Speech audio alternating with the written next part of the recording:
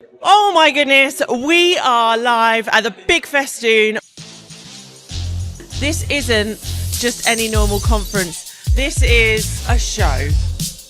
If you truly want to be a business that is out there, that is going up, is growing, is a bit weird, wacky, and actually embraces all of that about yourself, the Big Festoon is something for you. We're going to give you a glimpse inside, and don't worry, we're going to tell you how you can be at the next one. Closed mouths don't get fed, and there is not a closed mouth in this room, I can guarantee it. It's a wrap. Hello and welcome back to the October Spooktacular at the Big Festoon 2025. I am joined by the gorgeous Julie. Hello. Hi. Julie, tell us who you are and what you do, my lovely. Okay, so just been having a chat with Ben actually. So I'm a business consultant based in Cardiff, and I've been working with troubled and scaling businesses for over 30 years. So done some really good work. However, I love working with I suppose youngsters as well. I try and concentrate on the companies that need our help. They love what they do, but they hate all the business stuff. This is it. A lot of business owners that are sort of, I say starting out, I mean, they've been around a while because they get to that point where they're doing what they love. They've created a business out of it, but they don't actually know how to run a business. And Absolutely. It's a weird thing to kind of go, but I want to grow this. I want to make this huge. But I don't know how to do that, and that's where your expertise comes in. Yeah, so I sort of act as they call me lots of different things. All my customers call me polite, different things. I hope. Yeah, they're all good. But growth advisor, growth accountant, CFO, all different kinds of stuff. But I'm not a business consultant really. Yeah. So I'm a strategist, but I try and help them. They all have different problems. This is the thing, and very often their problems, what they think are going on in their business, are not the actual problems they need to talk about. So we can literally dig things down to just that little idea, right? You tell me what's wrong, what you think is wrong, where you're stuck, why aren't you scaling, why aren't the sales coming in, what are the people issues, those kind of stuff. And then I can actually look at, they're easy fixes. Yeah.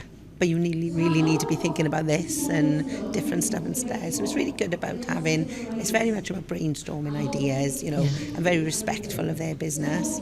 And also, but I do have to sometimes deliver very difficult messages diplomatically. So, of course, you can have those messages. I don't want to give those. It's not easy. No. Only their business is what is, my interest. And this is the thing, because a lot of people, when you start a business, it becomes a part of you. It's Absolutely. your baby and stuff. Yeah. So those moments of hardship feel personal. Yeah. But there is an element of going, but it is business. Yeah. And the big wide world doesn't match. There's a lot of blame out there. Yeah. There's a lot of blame. People they blame other people for things going wrong, and I'm a little bit bold actually in the fact of that this is it's your business. Yeah. So really it's your responsibility. So if you're allowing people to not pay you and you're giving them extended credit, one of the things I always say is that you're funding their business. So why would you do that? Why would you fund somebody else's business by allowing your customers overdue money's coming in, that kind of stuff? And they're really simple conversations to have. But you don't realise that, or you don't know that when you think, everyone else does that. Absolutely. That must be what everyone's doing, because that's what they've asked for, and it doesn't always work. Cash flow is really tight. Cash flow is always a big one. When you're talking about money and cash flow, it's always a big subject. It's a little bit taboo around it in relation to, are they actually paying themselves? They're working really hard, and are they taking the money out of the business that they should be taking? And it's really difficult to talk to people about working capital. They don't appreciate it enough. People don't know what it is, and I think actually we only know what we know, right? Yeah. So when I came into online space, it was 2 years before I knew what a product suite was.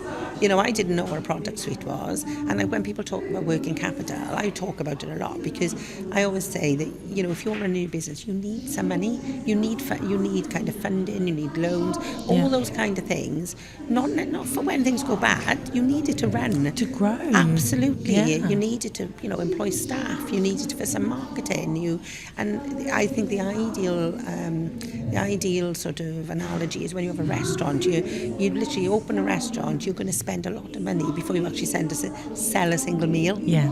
and people really underestimate that working capital, and really that's where I'd like people to sort of know a little bit more about it. Incredible. So what's brought you along to the Festoon? So I've been here a couple of times. I've actually I spoke and talked about working capital on the stage last year, which was great. And yeah, so it was really good fun. And back this year, I'd literally like it to come and connect with people again. It's really good to connect with some friends and make some new connections. And also, it's a real learning environment. I don't think people get that. No, I just had this conversation with someone else and said, like, yeah, we might be doing it with glitter, dressed up as witches and warlocks today and all of that. But there are multi-million pound businesses and people who own multiple pound businesses in this room giving away their knowledge. Yeah, and that's huge here. I think actually, like my message is always, this is your business. I want you to take responsibility for it. Just take back control of, what you're doing and how many hours you work and all that. And I'm a perfect example of, going over and above sometimes. But I don't have an ego to think that I'm not still in a learning phase. You will always be in a learning phase. Yeah. Personal development lasts forever. So when I come here, I've taken so many takeaways already yesterday.